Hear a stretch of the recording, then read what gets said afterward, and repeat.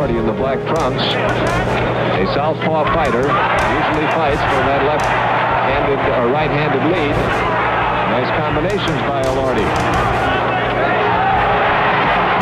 But Elordi is not noted as being a powerful puncher. He's very busy and quick with his hands. Now he's getting through Sadler and getting there well. Sadler now is in trouble as Elordi found in there with a right hand and banged away with a left and right to the jaw, and Sadler is now holding on.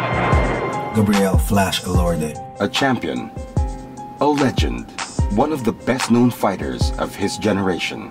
He rose from poverty and started his boxing career at 16 years old. He was the greatest super featherweight champion of all time in WBC history, which he held for a record 7 straight years.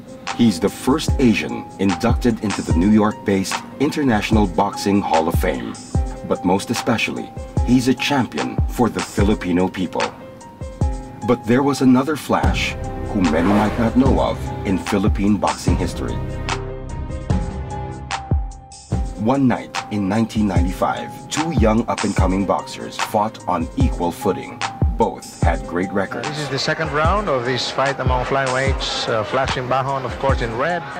Both seemed destined for greatness. It was a great fight with seemingly never-ending ebb and flow. On one corner, it was the 22-year-old Acacio Flash Simbahon from Ormoc, Leyte, who was regarded as more of a slick fighter, the fighter who was perceived to have a better and more polished style. Has more style, no? Mas maganda ang forma ni Simbahon. Pati magbigay, magbitiw. Oo. A style that could ultimately conquer the world and possibly produce a world championship. While Simbahon controlled most of the well-fought and exciting match, at the end of the day, there could ultimately be one victor. Manny Pacquiao. The victor was an 18-year-old wild and raw power puncher named Manny Pacquiao. The same Manny Pacquiao who would go on to win 10 world championships in 8 different weight divisions. Pacquiao, down goes Ferreira. A superstar emerges in San Antonio. Down goes Morales on a Pacquiao right hand. And the brave heart has all started with a brilliant Pacquiao left hand. Manny Pacquiao has beaten Oscar De La Hoya. This is the brilliance of the Filipino slugger. Boom! Oh my gosh, what a straight left hand. That is that. What an amazing knockout shot. That is the most spectacular one-punch shot of Manny Pacquiao's incredible career. 4 lineal titles, 3 Boxing Writers Association of America Fighter of the Year awards, Fighter of the Decade, and cement himself in the annals of boxing history. He would go on to become the icon, the people's champ, boxing superstar, Manny the Pac-Man Pacquiao. Tama ka! Pacquiao fights. Everything stops. The streets are deserted. Everybody is in front of a television set. Crime is almost zero. The Muslim rebels stop fighting. And that whole day is a day of bliss in the Philippines. But whatever did happen to his opponent, Simbahon, that fought on equal terms with him on that cold night in 1995? Ako po si Acacio Flash Simbahon, 14 years old. Ako po ay isang contender boxing gym. Kakilala kami ni Flash, I believe 2005, nung nag-boxing ako sa ibang gym. Nag-try ako na iba-ibang trainers, tapos I would say kami yung nag-click kasi maganda yun. Magaling siya magturo. Magaling siya. Kasi kahit sa ibang gyms, pag binanggit mo yung si Flash, Simbahon, na kilala siya, minsan meron mga malapit sa akin, nasa iyo si Simbahon. So I think nag-make siya ng market sa larangan ng boxing. I noticed dun sa laban nila with ni Simbahon and Pacquiao, yung kanyang jab, he had a very accurate jab. And nowadays, the jab is one of the punches that's really hindi nakasama sa arsenal masyado. Everybody wants to go for the power punch. He had a very good jab, he had an accurate jab. In fact, in the fight, makikita mo, there were certain times na he was keeping Pacquiao at bay with his jab. Obviously, he also had the reach advantage in sa laban na yun. But he didn't really use it much because pag hindi niya natamaan si Pacquiao with that jab and Pacquiao comes in, he would cover up again. Pero if he had developed that jab and then developed a punch that came after it, he might have had a very fruitful career as a boxer. Well, yung weakness niya talaga is skill-wise, he's really behind. Yun siguro yung weakness niya. Although makita natin, they both came from medyo humble beginnings, sabihin na natin, yung simula ng kanilang career. Obviously, Pacquiao had a lot of talent already, had a lot of power, had a lot of speed, na si Simbahon was just learning at that point. So, na-implement yun ni Pacquiao, yung lahat ng advantages niya, and all Simbahon could do was cover up. He was more of a defensive fighter. I was waiting for him to be a counter-puncher, although makikita naman natin, hindi pala siya counter-puncher. He was just really defending himself. He would be the instigator, but Pacquiao was just too quick. Hindi niya masyado matamaan. Makikita mo talaga, parang 3:1 ang binitiwan doon ni Pacquiao. Pacquiao was clearly the more aggressive fighter, and Simbahon was more of the defensive fighter. Kaya natalo Simbahon. Pero hindi naman siya napatulog ni Manny. It was a 6-round unanimous decision. Bali, may matchmaker yung si Mundihar. Bali, tinawagan yung boss ko na ito, i-matching ko yan si Simbahon kay Pacquiao. So, bali, manager ko. 2 buwan yung preparasyon ko noon. Tapos bigla akong nagkasakit, 12 days before fight, nagkasakit ako. Tapos nung nakarecover na ako ng konti, tinuloy pa rin laban, pero hindi pa talaga totally magaling. So, sa madaling kuhan, lumaban ako. Pero sinabi ko sa boss ko yun na, boss, hindi tayo pwedeng lumaban dahil galing ako sa sakit. Alam mo naman yun. Hindi pwede kasi nakapirma tayo sa kontrata. So, madali salita, sabi niya, hayaan mo ni Dr. Ninyo doon sa loob na ma-discover yung sakit mo. Huwag yung tayo mismo ang magsabi kasi wala tayong tinatawag na medical clearance. Di, ito na, pagdating na doon sa yung katawan ko, parang matamblay pa. Timbangan kami, parehas yung timbang namin. No? Tapos, kinabukasan laban may pa rin ako, hindi pa talaga kondisyon ng katawan ko. Kinukuha lang siya ng hindi handa, hindi ready. Kahit may sakit siya, kailangan niyang lumaban. Kasi kung may manager ka, kung nagkakasakit ka, pwede naman i-cancel mo yun. Marami nga nagsabi, bago ka umakyat sa ring, tanggap mo na kung anong mangyari siya sa taas ng ring. So sabi nila, yung kabilang paa mo nasa hukay. Kasi hindi mo alam anong mangyari sa'yo sa laban. Maraming ang lumaban na doon na nagising sa ospital. Diba? Kung nasa kondisyon ako, magandang laban. Magandang laban kasi bago kami maglaban ni Pacquiao, panalo ko ng 2 sunod na puro by knockout Bago kami ni Pacquiao. Yung mga nakalaban ko na rin, bago kami ni Pacquiao, mga veterano na rin yun. Ikumpara kay Pacquiao kasi si Pacquiao, 4 na fight pa lang, puro decision lang yung panalo niya. Ang ganda ng record ko, kung ikumpara ko sa kanya. Kaso, galing sakit, nawala yung kondisyon sa katawan. Siguro kung maganda yung kondisyon ko, maganda laban. Hindi ko lang masasabi na mananalo ako. Basta magandang laban. Yung mali lang na nakita ko kay Acasio, hindi siya nag-iingat.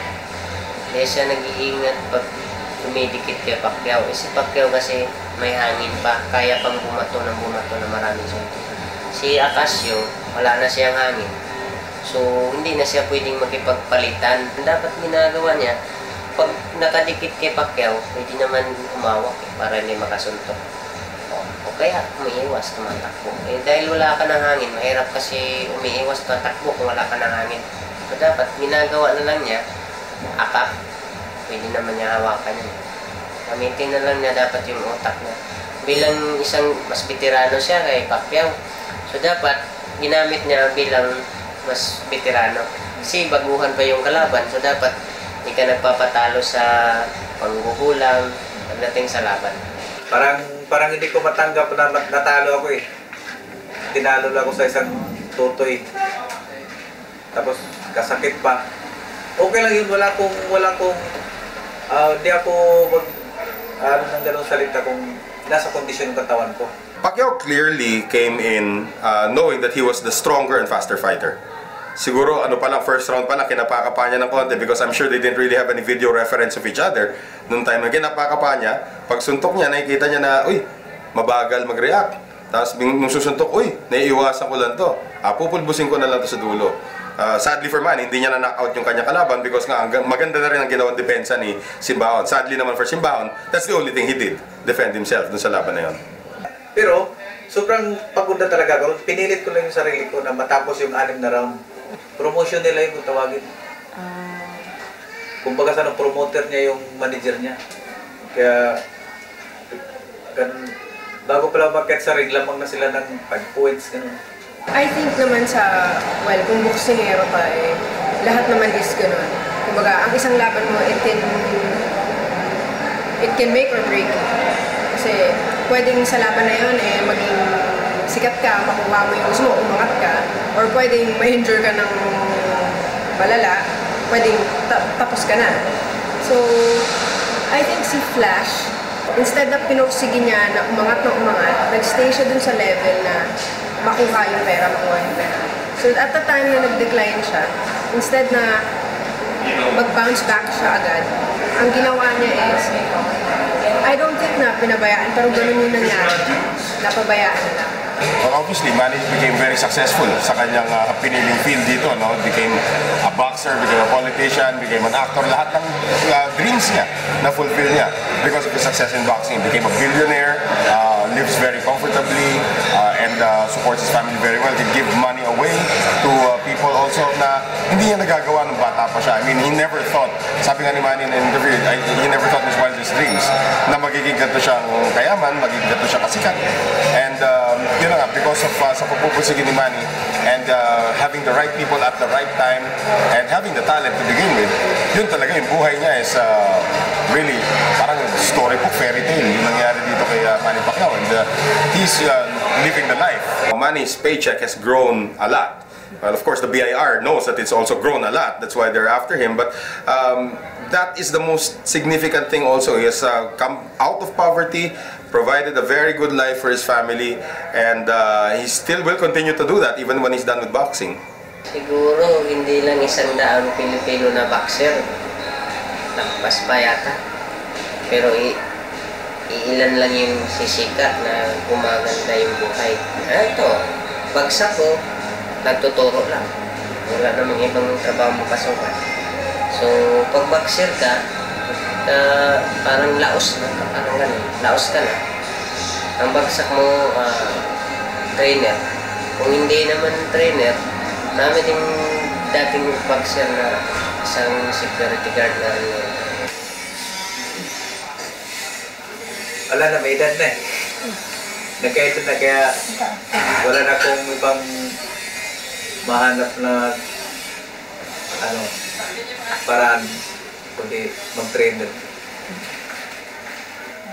At the age of 40, I doubt if Simbahon would want to endanger his life to mount a comeback at his age ngayon. Ano? Pero Simbahon can do well and train other people kung saan siya nagkamali or kung saan siya hindi sumikat as a boxer. Alam niya yung fundamentals eh. No doubt about that. Kaya siya naging boxing trainer ngayon. Maybe he can change some lives and develop champions na hindi niya na-attain nung kanyang short boxing career. And if he continues to make a difference, malay mo, one of these days, one of the Simbahon students might actually be the next Manny Pacquiao. Hindi niya alam, baka hawak na niya ngayon. So he can continue to make a difference. He can touch these young people's lives and make them live his dream. Pero kanila na yun. Ako magiging trainer nila. Talagang tuturuan ko sa lang ng maayos. Ito, bawal lang bisyo, maaga matulog, oras ng jogging, ito pa rin yung oras ng jogging. Pagkatapos ng training, maaga matulog para yung katawan mo, manumbalik yung nawawala mong lakas. Ayoko kasi siya talaga mag-boxing dahil lang hirap ko nga ng sa boxing, kita sa boxing. Ayaw niya talaga umalis. Yun na lang, tinanggap ko na lang na doon na lang ang buhay namin, mag-boxing na lang talaga siya. Antayin na lang kung kailan siya magkaroon ng laban, tsaka lang siya magkakaroon ng kita. Si Papa ko ay masipag po siya sa lahat ng gawaing bahay, mabait po siya. Tapos, kapag mahal na ama. Yung pag may gusto kami, pipilitin niya maibigay kahit nahihirapan na siya. Tsaka hindi siya, todo trabaho siya para sa amin. Yung mga anak mo yung nagpapasaya, dahil pagka wala ako, wala rin lang pang-araw-araw. Tulad ng baon. Siyempre, napiruan yung kakainin. kaya ng katawan ko, gusto ko katapos na lahat sa koleyo. Cassius Simbahon, they call him the Flash, ano? Parang flash in the pan nga yung nangyari sa kanya rito. Like a lot of other boxers before him who tried to make it to the big time but realized somewhere down the line na they were not really cut out for it. So, yung magiging resolution na lang niya rito is, again, as I said earlier, he can make other people better. Ito yung makikita natin. Dito ako nagkamali, dito sana ako pupunta pero hindi nangyari. Ngayon, he's trying to impart that to some of the people that he trains, some of the people who remember him as a boxer, no? Tapos, I'm sure Manny Pacquiao, si Manny nga sabi niya, he's always remembered all of his Filipino opponents. So I'm sure pag nagkita sila niya, Cassius Simbahon, pakita niyo yung video sa kanya, magkwentuhan pa yan dalawang yan, and I'm sure Manny would even impart some of his wisdom sa kanya. Because you can see what he's doing right now. Hindi siya naging pasagulero, hindi nasira ang buhay niya after boxing. He's out to help people by being a boxing trainer. I think the resolution of it is, if he could not make it on his own, he can help others achieve his dream. You really don't gain anything from winning. Pag natatalo ka, doon kami makuha mga lessons. Kasi yung boxing naman, depende naman sa katawan mo yun. Kung hindi kaya ng katawan mo, huwag mo pagpatuloy. Pero kung kaya mo, kung i-career mo, kaya talagang habit mo yan, pagpatuloy mo, galingan mo sarili mo. Magsipag ka. Kasi hindi ang boxing hindi boxing-boxingan lang. Talagang buhay mo yan. Kaya kung gusto mong ikaw mamunggo, galingan mo. Mag-training ka ng maayos. As individuals, our lives could be compared to boxing, struggling to make weight, to pay our dues, advance in our careers, and so on. We are faced every day with challenges in the fight we call life. Talent and physical gifts could limit us, but in the end, we are defined by what we do and not by our potential. Nothing is promised in this world, and we could only keep fighting with hard work and determination and a winning attitude to strive for our goal and succeed in this game called life.